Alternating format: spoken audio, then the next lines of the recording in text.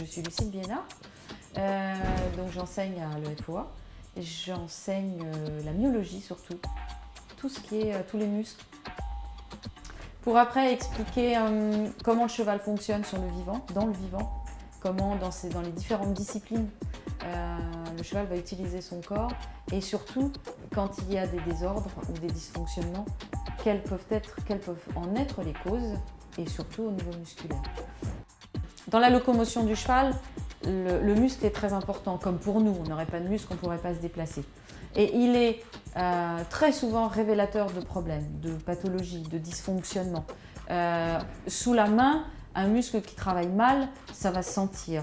Son tissu va être dur, va manquer de souplesse, va être très chaud, très froid, on peut comparer le ressenti à des structures différentes. Toucher une table, ou toucher un tissu, toucher un livre, une surface d'ordinateur, on ne va pas du tout avoir la même sensation.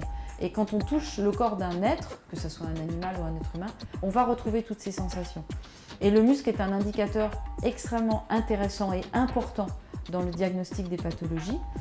Et c'est un outil très important pour aider à déverrouiller les problèmes. Voilà, c'est ce qu'on appelle le tissulaire. On rentre dans une structure qui est très parlante et qui nous permet d'avoir un atout très important pour soulager les chevaux et les aider à mieux fonctionner.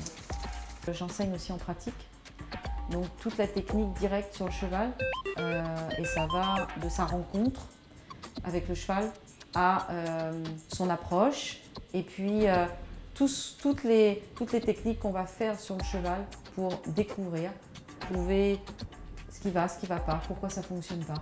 Voilà. Pour faciliter cette approche de l'animal, il est aussi très important de savoir à qui on a affaire. Et l'étude du comportement animal, c'est très important. Ça permet d'éviter les incidents, de se faire mordre. Ils ont une façon de se mouvoir, une façon de regarder, une façon d'écouter, une façon de se mettre dans des postures.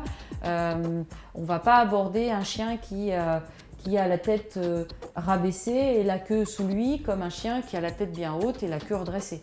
C'est des choses, voilà, tout le monde sait, n'importe qui, même quelqu'un qui ne connaît pas spécialement les chiens, va bien voir qu'il y a deux comportements différents et qu'il devrait y avoir deux approches différentes. Et ça, c'est une des choses que les élèves doivent savoir pour ne pas faire d'erreur et pour rentrer vraiment en communication avec l'animal et pouvoir l'aider. C'est une question d'humain. C'est l'humain qui ressort là. Le contact à l'animal, c'est le contact au vivant. On travaille avec notre ressenti, on travaille avec notre cœur, on travaille avec nos cellules.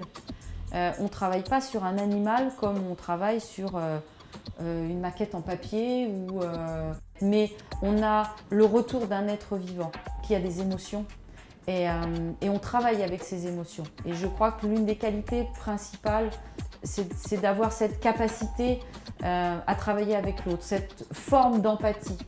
Aujourd'hui, on a vraiment pleinement conscience de l'intelligence animale et du ressenti animal. Et je pense que c'est ça la première des qualités.